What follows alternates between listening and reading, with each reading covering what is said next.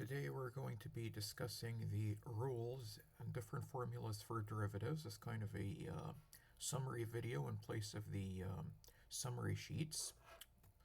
So first of all, there's the very basic rule called the constant rule.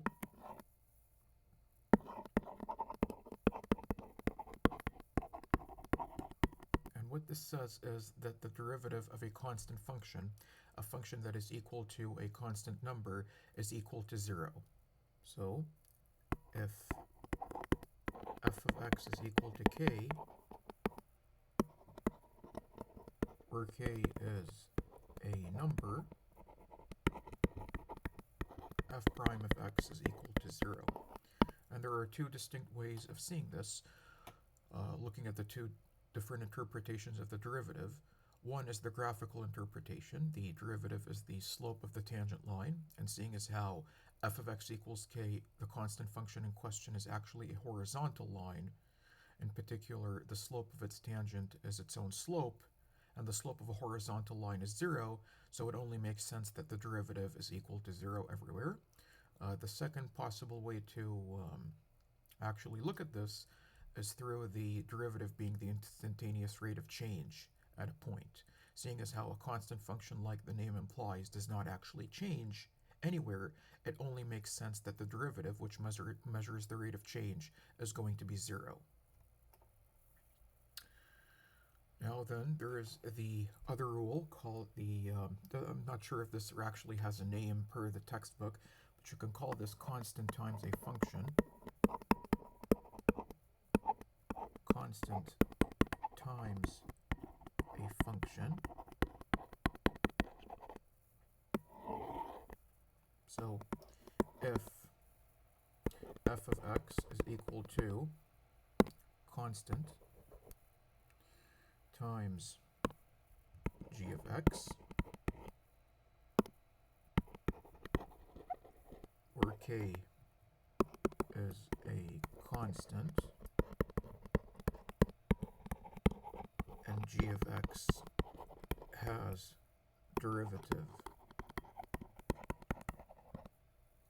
g prime of x, then we can actually have a formula for the derivative of f, namely f prime of x is equal to the same constant multiplied by the derivative of the function g. In other words, what this lovely rule says is that when you have a constant times a function and you're taking a derivative, the final answer is in fact the same constant times the derivative of the function you're multiplying by. So one way to look at it is multiplication by a constant is in effect sort of scaling. And if you're scaling by a constant k, an original function, the rule says that you're scaling the derivative by the very same constant.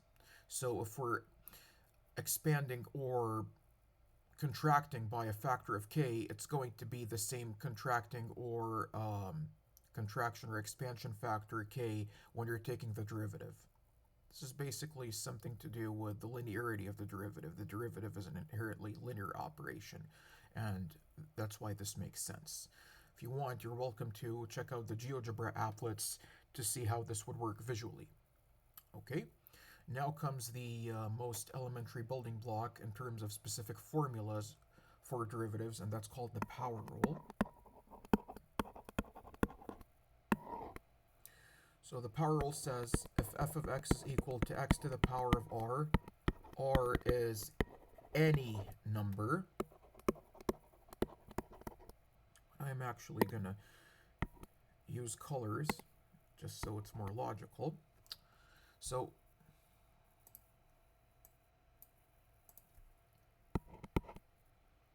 what I am going to get is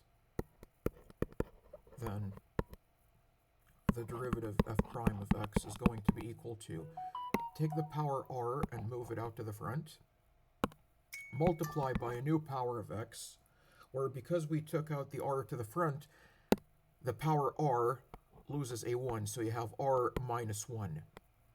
And that's basically the power rule. So let me give you some examples.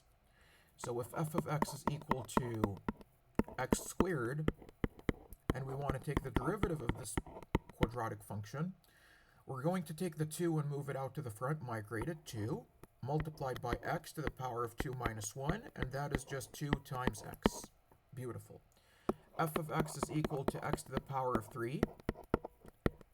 Same principle, power rule. F prime of x is equal to 3x, 3 minus 1 in the power, so that's 3x squared. This is actually useful for some other intuitive cases. For instance, f of x is equal to 1. That's basically x to the power of 0. So f prime of x is equal to 0 times x to the power of 0 minus 1, which is 0. And again, we have already established that the derivative of a constant is 0, so that's one way of looking at it for the particular constant 1, courtesy of the power rule. F of x equals x, which is just x to the power of 1. So f prime of x is equal to 1 times x to the power of 1 minus 1, 1 times x to the 0, which is just 1. Okay? Now, this is also, the power rule is exceptionally useful for computing derivatives of reciprocals and roots as well, because recall that roots, radicals, and reciprocals are nothing but powers hiding in plain sight. So for instance, f of x is equal to 1 over x. Then if we take the derivative of this, that's going to be, well, first let me establish that this is x to the power of negative 1. So that the derivative here is going to be minus 1 multiplied by x to the power of minus 1 minus 1. So it is in fact minus x to the power of negative 2. So minus 1 over x squared. Brilliant. Okay? F of x is equal, for instance, to 1 over x squared. That's basically x to the power of negative 2. So if we take the derivative courtesy of the power rule, it's going to be minus 2 migrated to the front times x to the power of minus 2 minus 1. So it's going to be minus 2x to the power of negative 3, which is none other than minus 2 divided by x to the power of 3. Beautiful. Now let's see how this is applicable to roots. F of x is equal to square root of x, for instance. That's x to the power of 1/2. Good. F prime of x, we're going to migrate the 1/2 power out to the front, times x to the power of 1/2 minus 1. That is 1/2 x to the power of negative 1/2. And that is 1 divided by 2 square root of x, the familiar formula from class. Let's see how this is also good for cubic roots. F of x is equal to cube root of x.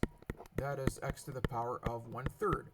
So if a square root is x to the power of 1/2, it makes sense that the cube root of x is x to the power of 1/3.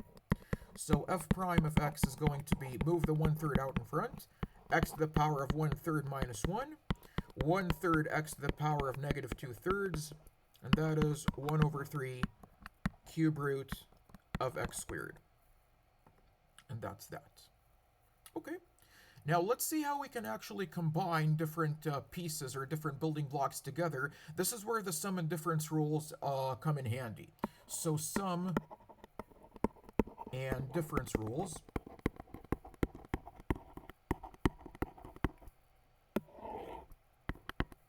So if u of x and v of x are functions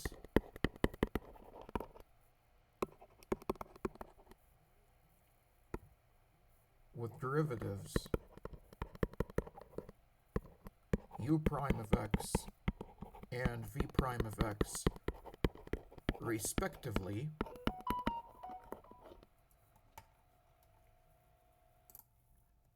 okay, so if u and v are two functions with derivatives u prime and v prime respectively, then what the sum and difference rules basically state is the following. Take u of x plus or minus v prime of x. All of this prime is going to be u prime of x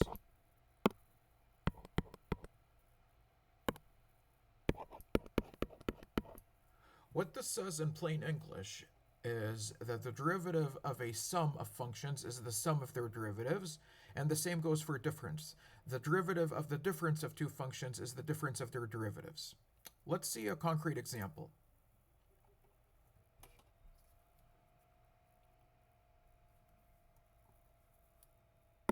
F of x is equal to x squared plus x plus 1. Okay, this is basically a function built from three distinct building blocks. You got this x squared right here, and you got the x right here, and you got the 1 right here. So it's only logical, and the sum and difference rules validate our intuition that we should expect the total derivative to be the combined derivatives of the three building blocks. So in effect, f prime of x is going to be the derivative of x squared, which is 2x, plus, that's where the sum and the sum rule comes in, plus x. So what's the derivative of x? It's just 1. And the derivative of 1 is 0. So total derivative is going to be 2x plus 1. Good. Let's see how we can actually mix up a plus and a minus. So f of x is going to be x squared, for instance, minus x plus 1.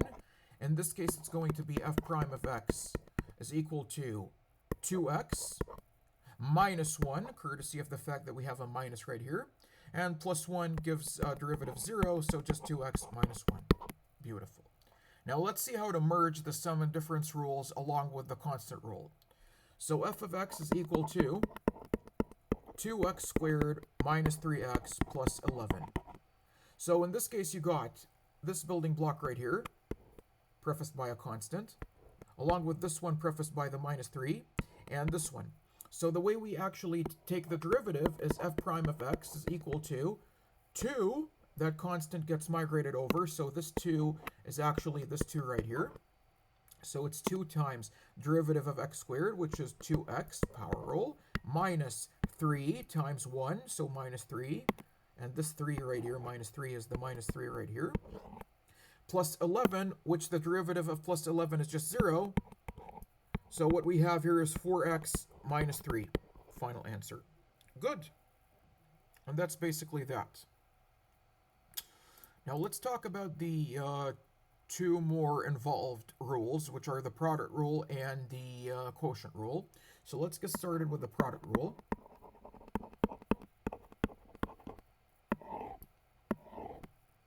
So again, same setup as the sum and difference rules. So I am going to copy this, literally the same setup.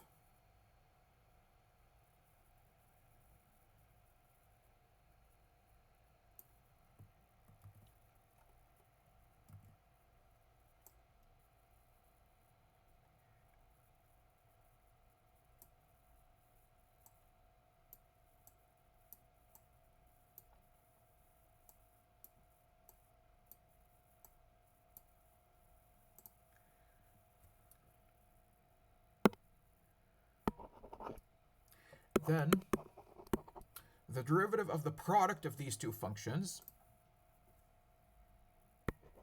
u of x multiplied by vx, all of this prime, is going to be the following. This product becomes, in effect, the sum of two new products, so ux times vx plus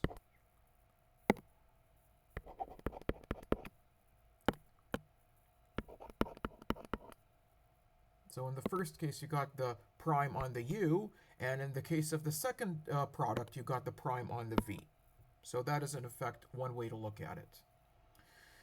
One thing to note in particular is, unlike the sum and difference rules, which are more intuitive, the product rule explicitly does not state, and this is in fact false in general, it does not state that the derivative of a product is equal to the product of the derivatives. You can see a few basic counterexamples in the lecture notes, but that is in effect the formula for the product rule.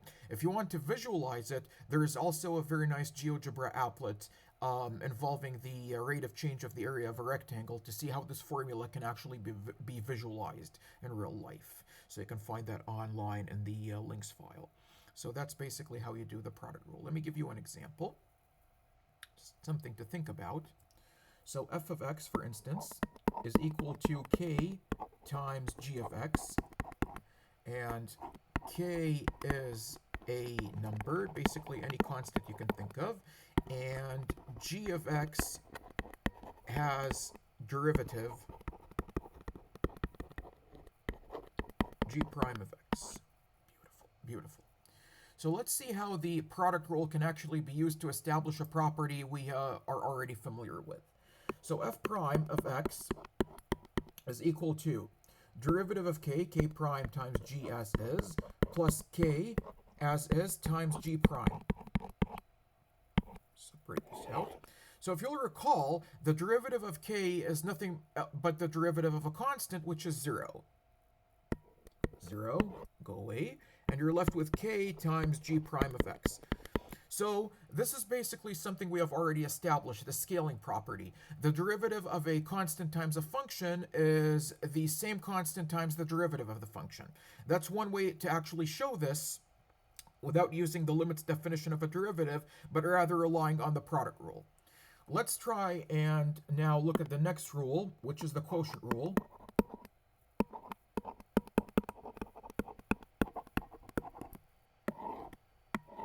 Again, same setup, completely same setup, so I'm going to be keeping the same assumptions.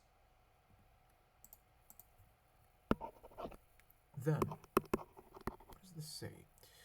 It says,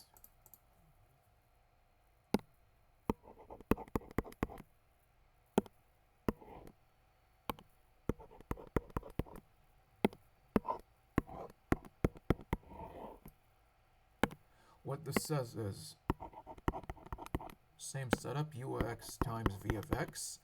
Only unlike the product rule in the numerator, you have a minus. That's something to watch out for. The product rule involves a plus, and the numerator of the quotient rule involves a minus.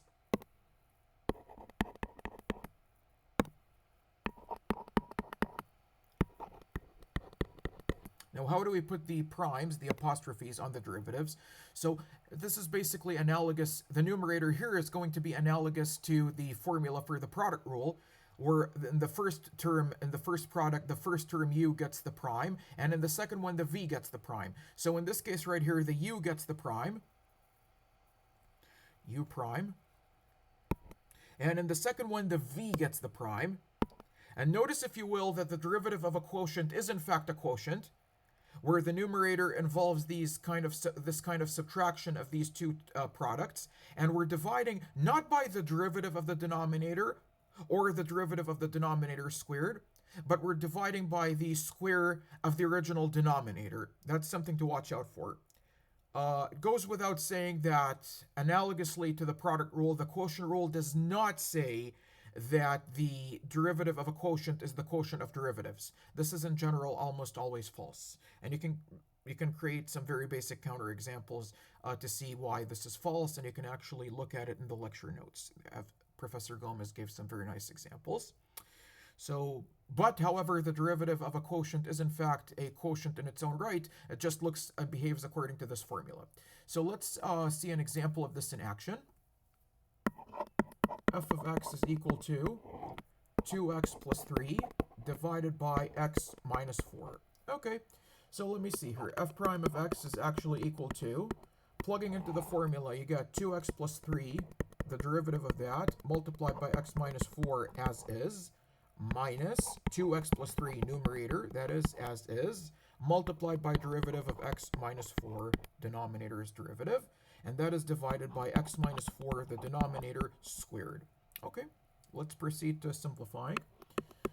So 2x plus 3, when I take the derivative of this, it's the derivative of 2x, which is just 2, plus the derivative of 3, a constant makes 0, so 2 times x minus 4, minus 2x plus 3 as is, and that's multiplied by the derivative of x minus 4. The derivative of that is just the coefficient of x, which is 1, minus 4, so the derivative of minus 4 is 0, so all of this is times 1. And that's divided by x minus 4 squared. So if we actually multiply this, you get 2x minus 8 minus 2x minus 3 divided by x minus 4 squared. The 2x and the minus 2x cancel, and you're left with minus 11 divided by x minus 4 squared, and that is our final answer. And that's basically a quick application of the quotient rule. Now let's move on to the final, and one of the most important rules we'll learn in this class. That's going to be the chain rule. The chain rule is used to compute the derivative of a composition of two functions. So suppose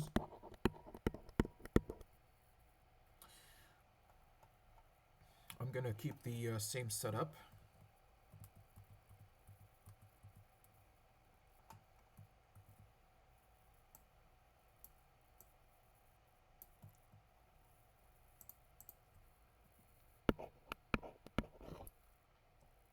Then the derivative of u of v of x, this is what we call the composition of two functions, that is going to be the derivative of the outer function in the composition, so u prime of v of x,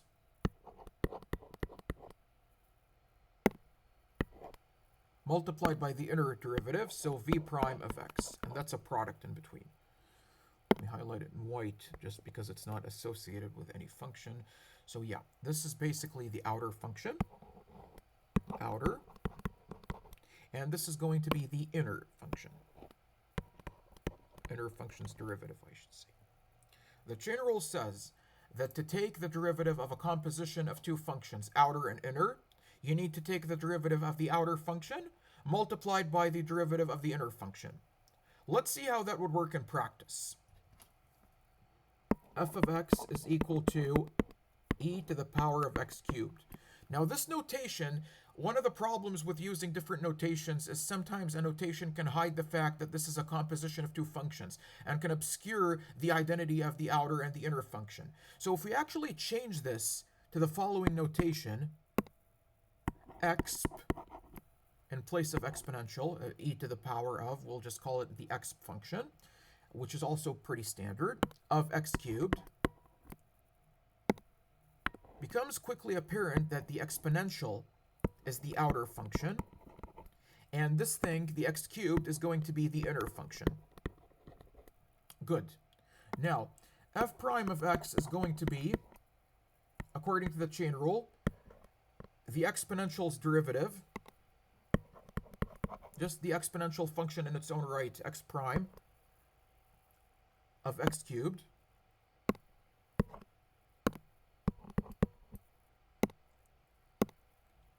and that is multiplied by what? The derivative of x cubed. Now, recall from class that the derivative of the exponential function is what? The exponential function, e to the x, is its own derivative. Sorry.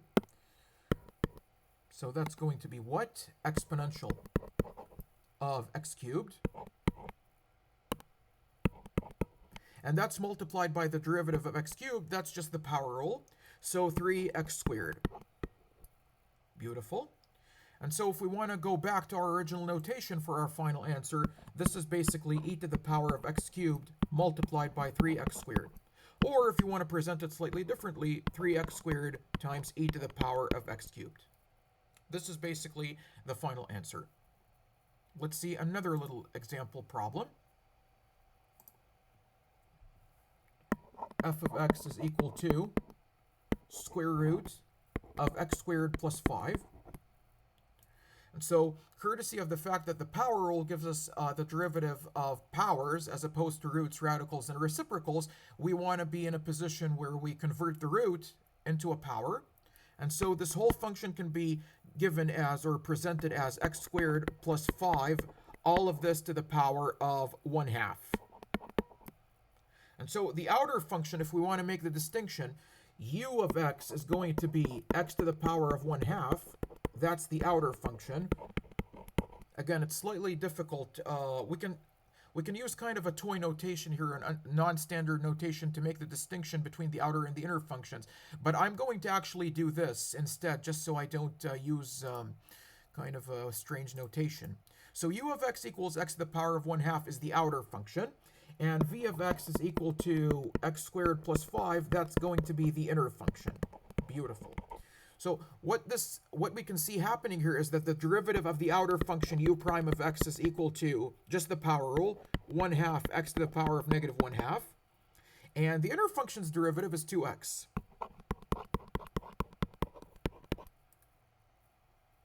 Good. Now let's see what happens when we smush them together and we actually compose them together courtesy of the chain rule. So f prime of x is going to be what now? It's going to be u prime of v of x multiplied by v prime of x. And so that's going to be what? What is the u prime? It's 1/2 multiplied by whatever it is that I'm feeding the u prime function raised to the power of negative 1/2. So this thing right here is the inner layer. So that's 1/2 times x squared plus 5 to the power of negative 1/2 multiplied by v prime, which is just 2x. Let's simplify a bit. The 2 and the 1/2 cancel. And we are left with the final answer of f prime is going to be equal to x times x squared plus 5 to the power of negative 1/2. And that's our final answer. Thank you so much for watching. I hope this is helpful. And as always, if you have any questions, please don't hesitate to reach out. Thank you.